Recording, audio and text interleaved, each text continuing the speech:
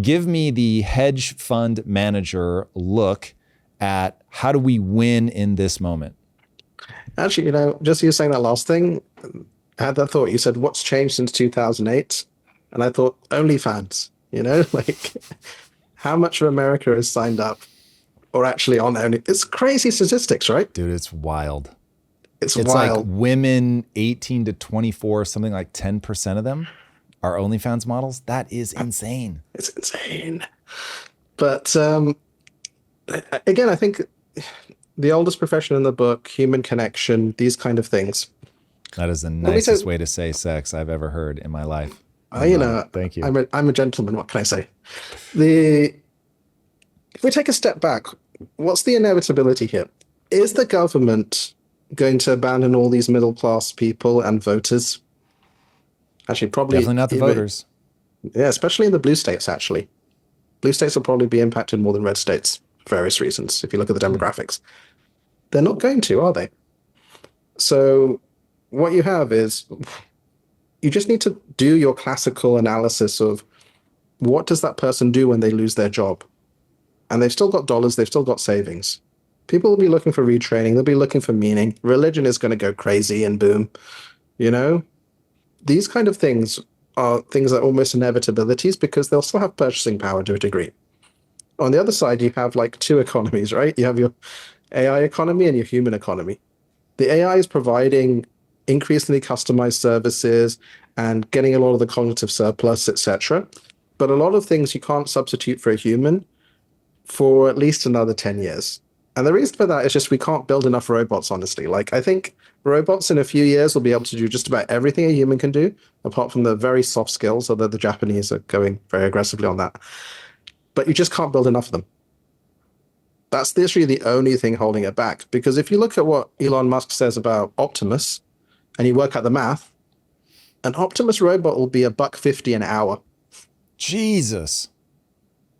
You just work out the math. It's $20,000. Wow. You have a depreciation schedule. And again, you look at Unitary and other ones, like they have fine finger manipulation now. They can make recipes. They can do all this. They'll have skin suits, etc. But again, human connection, retraining, attention is the thing that doesn't become scarce. This is the really interesting thing. Do you think video games are going to go down or up over the next few years? They're going to go up. Because, again, there's only a finite amount of human attention, and as people get more free time, they'll want to absorb that attention even more. So the new media space is going to go crazy. Digital assets, I think the US has gone too far on legalizing them now in some ways when I look at the legislation that's coming out. Like I said, AI would be the biggest bubble ever. The digital asset bubble is going to exceed that by far. You'll be able to buy any cryptocurrency ICO from your smartphone using Apple Pay on Stripe next year. So what are they going to do? There will be some really interesting classical stuff, and our foundation coin that we're building is the better Bitcoin that helps cure cancer, is going to be probably at the top, he says.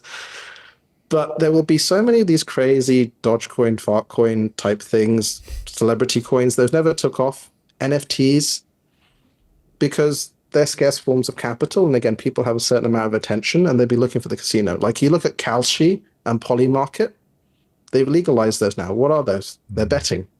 Yeah. Straight gambling. So is the stock market, in my opinion. But stock market, yeah. But, at least they had an excuse, whereas Kalshi and Polymarket are straight betting. It is gambling with a better cover story, yes. But a year ago, that was completely illegal, and now it's legal. So I think if you look at it, there's the soft human aspect, there's the repurposing of all these people, and attention is the key thing.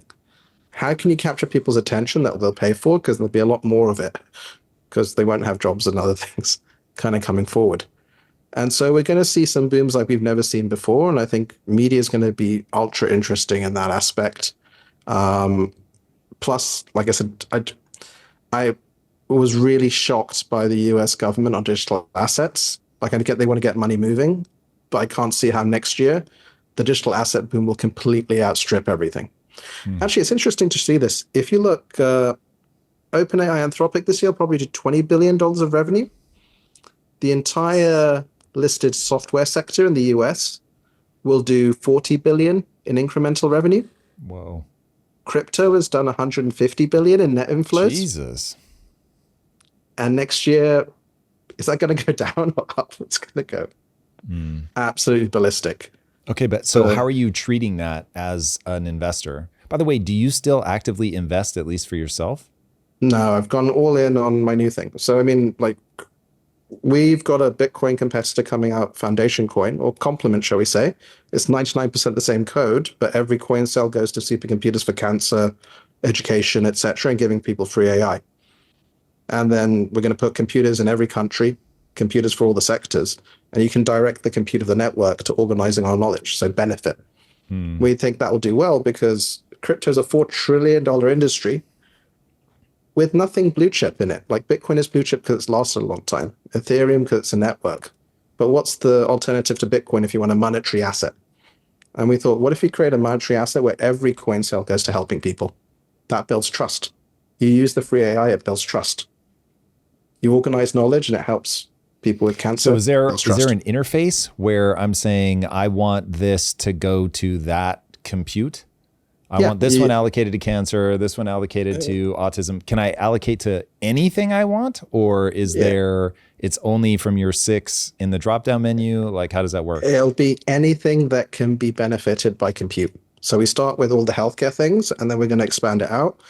And you'll have a free version of ChatGPT as your AI assistant to organize that. And you'll be able to buy it with your Apple Pay or whatever. And again, it's 99% the same code as Bitcoin, but like 1,000,000 times faster. So things like that, I think will do, he says, very well. That's why I've gone all in on that versus trading the market, etc. But in general, I think if you think about attention, actually, digital assets have to be the biggest thing. If you think about so many forms of capital being completely flooded out, like, again, your taxi medallions, your factories, even other things being replaced by this, your workplaces, offices, digital assets will come to the fore. It's just there's going to be such a deluge of them that you have to be intelligent about that. Because what's more fun, watching Netflix or trading crypto? Probably trading crypto for a lot of people. For a certain personality type, yeah. Heck, okay, NFTs might make a comeback. You never know. Wow, the interesting thing, like if people understood the underlying technology, NFTs haven't gone anywhere. They're just not part of the gambling mechanism right now, which honestly I think is better, but nonetheless, it does, the whole crypto ecosystem in this economic moment is bound to attract gamblers. And I think that we're going to see a lot of that. First of all, people just like to gamble, the dopamine rush of it all. But they also, in a time where nobody can afford a house, you're like, well, if I am smarter than the next guy and I can outbet them on when to get out, then I really can. And so, yeah, you're going to see a lot of that, which is the get rich quick impulse. This all started from me asking you, through the lens of a hedge fund manager, where should people be allocating their capital? Digital assets is the thing that you have the most conviction in. Obviously, you're not backing anything. You're not giving anybody specific advice, but I do want to drill in more. So attention is part of what makes that interesting. With the stock market, the nice thing is, at least until, call it 2008, you could really understand what stocks to move on based on fundamentals. I think that's largely gone out the window as it's become more and more of a gambling mechanism. But if somebody were surveilling the digital asset landscape, is there a type of fundamental that you look for?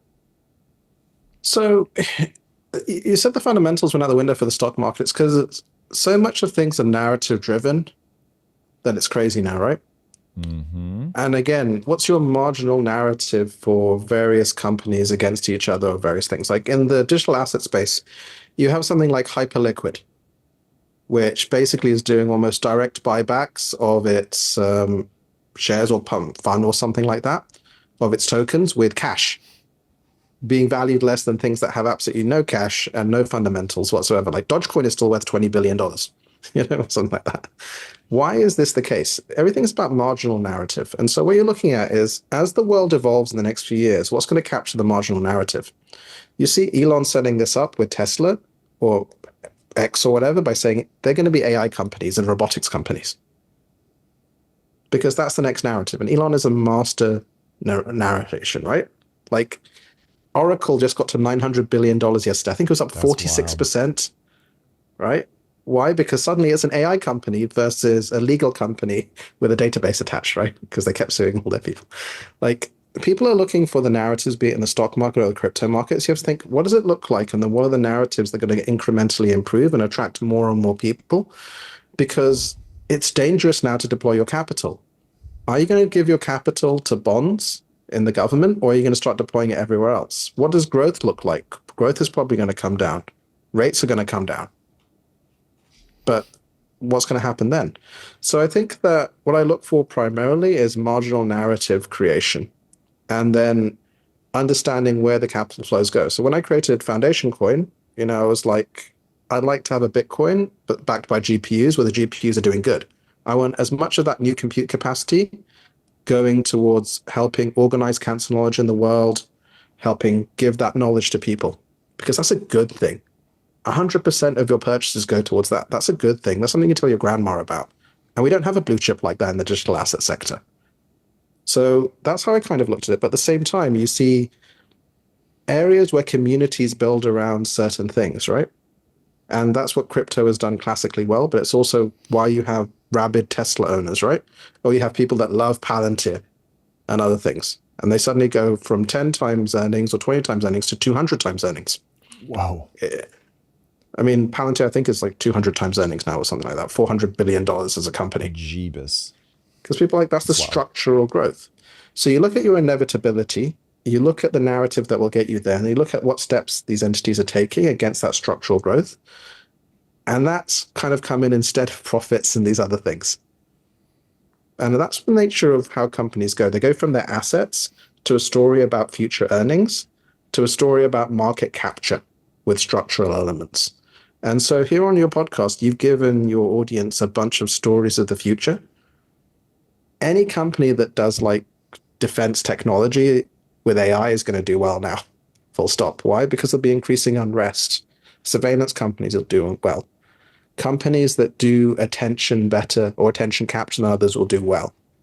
Digital assets, you can, honestly, I just buy an index of these things because indexes are usually good things. But all the endowments of the world and others are just going to buy crap loads of digital assets. That's why you have these digital asset treasury companies raising billions of dollars. Completely crazy because people want exposure. What do you think about Michael Saylor's all-in strategy on Bitcoin? I mean, it came at just exactly the right time, and it's kind of similar to classical. It's a leverage play on crypto assets at exactly the right time.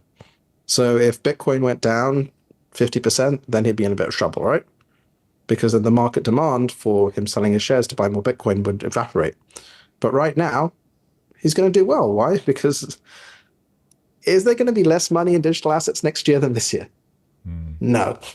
Is there anything decent apart from Bitcoin? Get a bit of Ethereum, a bit of Solana, but there's nothing that institutions will buy. Can institutions buy Bitcoin directly? Probably in a year or two, it'll be available on the Chicago Mercantile Exchange as a commodity. Right now, they can't. So what do? They buy MicroStrategy. So again, you're talking about a trade versus a company. For a trade, always look where the puck's going to go and where the capital's going to flow.